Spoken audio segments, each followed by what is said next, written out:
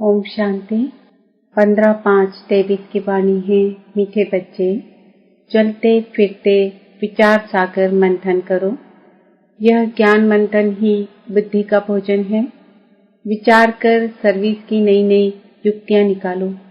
प्रश्न: ज्ञान अमृत धारण करने व कराने की शक्ति किन बच्चों में आती है? उत्तर: जो बाप का बनते ही पवित्रता की पक्की प्रतिज्ञा करते हैं। बाबा कहते, बच्चे याद रखना, अगर इतना सुनते भी पवित्र नहीं बनेंगे तो बुद्धि का ताला बंद हो जाएगा। एक कान से सुनेंगे, दूसरे से निकल जाएगा। बाप का बने हो तो गंदगी को निकाल दो। उल्टा कर्म किया तो गला घुट जाएगा। ज्ञान सुना नहीं सकेंगे, इसलिए सावधान। गीत: तूने रात गवाई सोई के, दिवस गवाया खाई के। हीरा जन्म अमोल था, कोड़ी बदले जाए। ओम शांति। अब बाप बैठ बच्चों से पूछते हैं कि बच्चे, बेहद के बाप को अच्छी रीति से जाना है? पूछना पड़ता है, नहीं तो पूछने का कायदा नहीं है। सब जानते हैं वह हमारा माता पिता है। माता पिता मिले तो हो गए आस्तिक। माता पिता जिससे सुख घनेरे मिलते हैं। सतयुग में तो है ही प्रारब्ध, वहाँ आस्तिक व नास्तिक का तो सवाल ही नहीं उठता। आस्तिक नास्तिक, जानना न जानना संगम पर होता है। बच्चे अब जानते हैं, जो कल नास्तिक थे, बाप और बाप की रचना को नहीं जानते थे, वही अब आस्तिक बने हैं। बाप को और अपने 84 जन्मों को जान गए हैं। कल नहीं जानते थे, आज जानते हैं। कल और आज कहा जाता है ना, आज पुरानी दुनिया है, कल नई दुनिया होगी। आज रात है, कल दिन होगा। वास्तव में भारतवासियों को तो अपने बाप को जानना चाहिए। भारत में ही सोमनाथ का मंदिर है, शिव जयंती मनाई जाती है, परंतु यह कोई नहीं जानते कि शिव बाबा कब आया था। सोमनाथ जो नाम पड़ा है, उसने कब आकर ज्ञान अमृत पिलाया था। अब तुम बच्चे जानते हो, हम बाबा द्वारा आस्तिक बने हैं। बाप ने अपना परिचय बांट दिया है। बने बनाए ड्रामा अनुसार परिचय मिलता भी है संगम पर। बच्चे जानते हैं, आज नरक है, कल स्वर्ग होगा। कल माना दूसरा जन्म हमारा सतयुग में होगा। हम पुरुषार्थ कर रहे हैं। आज है मृत्यु लोक, कल अमर लोक होगा। दुनिया बदल रही है, कलयुग से सतयुग बन रहा है, सो तो बाप ही बनाएंगे। बाप है पतित पावन। दुनिया में संगम का कोई को पता ही नहीं है। अब तुम कितनी रोशनी में आ गए हो। तुमने अब भक्ति मार्ग छोड़ दिया है। आज भक्ति है, कल नहीं होगी। ऐसे नहीं, आज भक्ति है, कल फिर ज्ञान होगा नहीं। भक्ति तो आधा कल्प चलती है। ज्ञान एक ही बार मिलता है और सद्गति हो जाती है। बाप एक ही बार आकर सबकी सद्गति करते हैं, इसलिए गाया हुआ है, पतित पावन सद्गति दाता। उनका जन्म भी भारत में होता है, परंतु भारतवासी जानते नहीं हैं कि यह निराकार शिव बाबा का मंदिर है। कहाँ ज्योति का मंदिर है। ब्रह्म समाजी ज्योति जगाते हैं। समझते हैं, परमपिता परमात्मा ज्योति स्वरूप है। अनेक प्रकार की मतें हैं। जिसने जो बात समझाई उनको मान फॉलो कर लेते। अभी तुम रचयिता और रचना को जान गए हो। रचता और रचना के परम पिता परमात्मा सत्य है, चैतन्य है, ज्ञान का सागर है। हर एक एक्टर की महिमा अलग अलग होती है। परमात्मा सर्वव्यापी कहने से अलग अलग महिमा हो न सके। हर एक आत्मा में अलग अलग पाठ भरा हुआ है। सर्वव्यापी है तो परमपिता परमात्मा का पाठ सभी के अंदर बजे। कितना अंधियारा है, तब बाप ही आकर समझाते हैं। बच्चे जानते हैं, बरोबर ऊंचे ते ऊंचा पाठ है परमात्मा का। उस एक को ही सब भक्त याद करते हैं। भक्त सब पतित हैं। पतित किसको कहा जाता है यह मनुष्य नहीं जानते हैं। सन्यासी समझते हैं कि इन विकारों से हम नरकवासी बने हैं, इसलिए घर बार छोड़ने से हम जाकर ब्रह्म में लीन होंगे। बाप समझाते हैं यह है कलयुग, सब विषय सागर में गोते खाते हैं, इसलिए इनको वैश्यालय कहा जाता है। मैं आकर शिवालय बनाता हूँ। सतयुग में एक धर्म था, वही देवी देवता 84 जन्म भोग। अब अपने को देवी देवता नहीं कहलाते। जो पूज्य देवी देवताएं थे सो गिरते गिरते क्षत्रिय वैश्य शूद्र वर्ण में आते पतित पुजारी बने हैं। सबसे जास्ती भारत पावन था सो अब पतित बना है। सन्यासियों को भी संपूर्ण पावन नहीं कह सकते क्योंकि पतित दुनिया में बैठे हैं। घर बार छोड़ कोई सतयुग में नहीं जा सकता। तुमको तो इस दुनिया को भूल सतयुग में जाना है। स्वर्ग में जाने के लिए हुबहू कल्प पहले मुआफिक पुरुषार्थ कर रहे हैं। भारत ही पूज्य से पुजारी बना है, फिर पूज्य बनेगा। यह नॉलेज समझेंगे वह जो सिकिल्दे होंगे। जो देवी देवता धर्म के नहीं होंगे तो बुद्धि में बैठेगा नहीं। भारतवासी 84 जन्म लेते हैं और कोई धर्म वाला 84 जन्म नहीं ले सकता। तुम्हारे में भी नंबरवार है, सब इकट्ठे नहीं आएंगे। बच्चों को चक्र का राज भी बतलाया। सीजरा कैसे बनता है। सीजरा आत्माओं का भी होता है, उनको फिर रूहानी कहेंगे। बच्चे जानते हैं हम ब्रह्मांड में रहते हैं। पहला नंबर है शिव बाबा, फिर ब्रह्मा विष्णु शंकर, फिर है लक्ष्मी नारायण, उनका घराना। नंबरवार तो है ना। इस समय तुम्हारी बुद्धि में सारा झाड़ है, वहाँ यह ज्ञान नहीं है कौन कौन आएंगे क्या क्या होगा, परंतु वहाँ अज्ञान भी नहीं कहेंगे। वह है प्रारब्ध जो इस ज्ञान से पाते हो। अभी है चढ़ती कला, पीछे है गिरती कला। 1250 वर्ष में 2 कला कम हो जाती है, थोड़े थोड़े होकर गिरते हैं। तुम अब सब हिसाब निकाल सकते हो। पहले है धूल, फिर फाउंडेशन निकलता है। अब तुम बीज और झाड़ को अच्छी तरह जान चुके हो। अब तुम बाप द्वारा नास्तिक से आस्तिक बन गए हो। बाबा ने समझाया है, फादर शोज सन, टीचर शोज स्टूडेंट। पहले गुरु शोज फॉलोअर, फॉलोअर शोज गुरु। यहाँ तो तीनों ही एक बाप है। वह है रचयिता, जरूर नई दुनिया रचेंगे। स्वर्ग में लक्ष्मी नारायण राज्य करते थे। उन्होंने ये वर्षा कहाँ से लिया, किसने ऐसा कर्म सिखलाया जो इतना ऊंच पद पाया। अब बाप कहते हैं तुमको ऐसे कर्म सिखलाता हूँ जो तुम सो देवी देवता बनेंगे। स्वर्ग में तुम बहुत माला माल थे, बाप से ही वर्षा लिया था, तो जरूर बाप ने ही आकर भारत को स्वर्ग बनाया है। बाप कहते हैं बच्चे चलते फिरते ऐसे विचार सागर मंथन करो।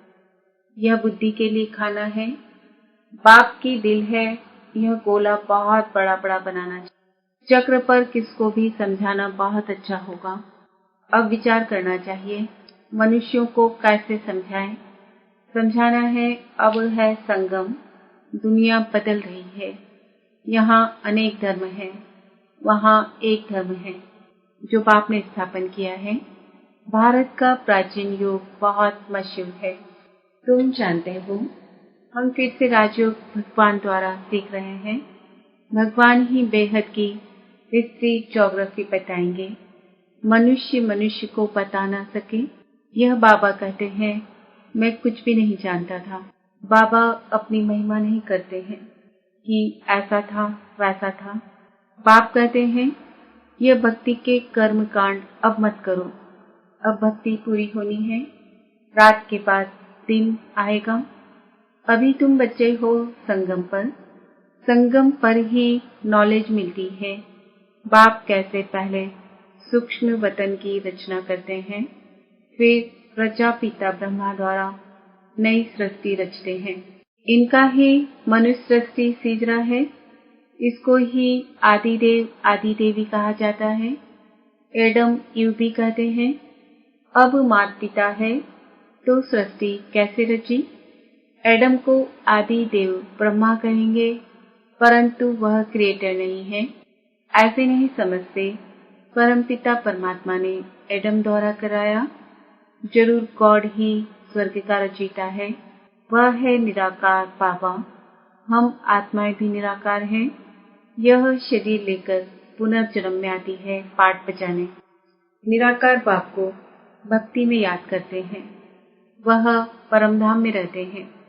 वह पति पावन है। पति दुनिया में आकर बच्चों को पढ़ाए पावन दुनिया में ले जाते हैं। इसलिए बाप भी है, टीचर भी है। बेहद की हिस्ट्री ज्योग्राफी पढ़ाते हैं। अब तुम मास्टर नॉलेजफुल बन रहे हो। अब बाप कहते हैं, बच्चे याद रखना, पवित्र नहीं रहेंगे तो कितना भी सुनेंगे, एक कान से सुनेंगे, दूसरे से निकल जाएगा। पहले पवित्रता की प्रतिज्ञा करो, नहीं तो पापों का बोझ कटेगा नहीं। पावन नहीं बनते हो तो और ही जोर से गिरते हो। बाप कहते हैं, याद रखना, अब पावन ना बने तो बहुत सजा खानी पड़ेगी। अज्ञान काल में इतनी सजा नहीं मिलती है, परंतु मेरे पास आकर प्रतिज्ञा कर, फिर पवित्र नहीं बने और छिपकर इंद्र सभा में आते रहेंगे तो बहुत दंड खाना पड़ेगा और ही पत्थर बुद्धि बन पड़ेंगे। फिर साधारण प्रजा में चले जाएंगे।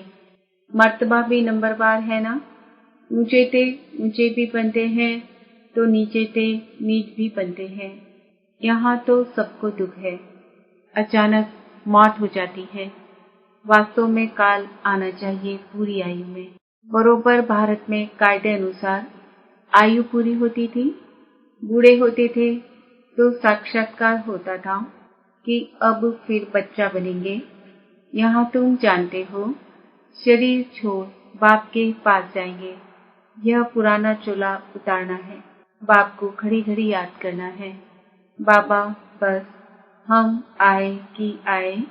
योग बल से आत्मा को पवित्र बनाते हैं। इसके लिए एक ही उपाय है, बाप से योग लगाना। फिर तुम सतो प्रधान पवित्र बन जाएंगे।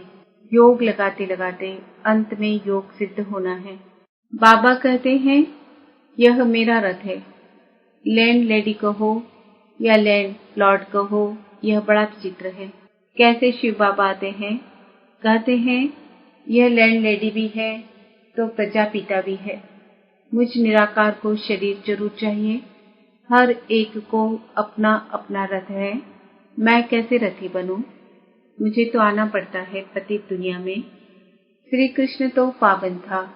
ड्रामा में यह रथ मुकर्रर है। मैं आता भी हूँ भारत में। ऐसे नहीं, एक कल्प भारत में, दूसरा कल्प जर्मनी में आऊंगा। बाप समझाते हैं, तुम तो कर्म योगी हो, कर्म करना पड़ता है। आगे पुरुष कमाते थे, माताएं घर संभालती थी। माताएं इतना पढ़ती नहीं थी। यह तो अब पढ़ाई शुरू हुई है। माताएं भी धंधा धोरी करती हैं। अब तुम बच्चों को अविनाशी कमाई करनी है। हर एक को बेहद के बाप से वर्षा लेना है। जो करेगा सो अपना पद पाएगा। इस पढ़ाई का पद 21 जन्म चलता है। यह पढ़ाई बाप बिगर कोई पढ़ा न सके। पतित पावन भी गॉडफादर है। वही राजयोग सिखलाकर स्वर्ग में जाने के लायक बनाते हैं। अब 84 जन्म पूरे हुए। अब हम घर जा रहे हैं। यह भी याद रहे तो तुम प्रफुल्लित रहेंगे। बाबा अपना अनुभव बताते हैं, कोशिश करते हैं याद रखने की, परंतु फिर भूल जाते हैं। इसलिए पापा कहते हैं, रात को जाग कर प्रैक्टिस करो, फिर अवस्था स्थायी जम जाएगी। इसलिए कहा जाता है, हे नींद को जीतने वाले बच्चे, कमाई करो। हाथ पांव मुख से कुछ करना व बोलना नहीं है। आगे तो माला फेरते, राम राम जपते थे। माला का राज अभी तुम समझते हो। विजयमाला और रुद्रमाला। अब तुम सब पुरुषार्थी हो। इसको माला नहीं कहेंगे। रात को जागने से तुमको बहुत मजा आएगा। रात को 9 से 12 बजे का समय गंदा होता है। 2 बजे से है अमृत वेला। यहाँ तो एकदम गंदगी को निकाल दो। इतना सुनते भी अगर पवित्र नहीं बनेंगे तो बुद्धि का ताला बंद हो जाएगा। फिर किसको ज्ञान भी सुना नहीं सकेंगे। जैसे वृंदावन में कुछ रासलीला का बना हुआ है। यह है ज्ञान डांस की बात। यहाँ से सुनकर देखकर बाहर जाकर उल्टा बोलते हैं तो गला घुट जाता है। इसलिए सावधान रहना है। पवित्र जरूर बनना है, तब योग लगा सकेंगे। अच्छा, मीठे मीठे सिक्के दे बच्चों प्रति माता पिता बाप दादा का याद प्यार और गुड मॉर्निंग। रूहानी बाप की रूहानी बच्चों को नमस्ते। हम रूहानी बच्चों की रूहानी माता पिता बाप दादा को याद प्यार गुड मॉर्निंग नमस्ते ओम शांति। धारणा के लिए मुख्य साथ कर्म योगी बनकर रहना है। कर्म करते भी बाप को याद कर सतो प्रधान बनने का पुरुषार्थ करना है। अपनी हर चलन से बाप टीचर गुरु का शो करना है। हम घर जा रहे हैं। इस स्मृति से सदा प्रफुल्लित रहना है। वरदान है महावीर बन हर संकल्प को स्वरूप में लाने वाले सदा विजयी सफलता मूर्त। जो भी विशेष संकल्प लेते हो उसमें दृढ़ रहो। संकल्प करते ही उसका स्वरूप बन जाओ तो विजय का झंडा लहरा जाएगा। ऐसे नहीं सोचो देखेंगे करेंगे। गे करना अर्थात कमजोर बनना। ऐसे कमजोर संकल्प करना अर्थात माया से हार खाना। सदा यही अमर अविनाशी संकल्प करो कि हम सदा के विजयी महावीर हैं। सदा आगे बढ़ेंगे, विजयी बनेंगे तो इस संकल्प से सफलता मूर्त बन जाएंगे। स्लोगन, चेहरे पर खुशी की झलक हो तो चेयरफुल चेहरा बोर्ड का काम करेगा। आज का समान है, मैं आत्मा सदा विजयी सफलता मूर्त हूँ। ओम शांति।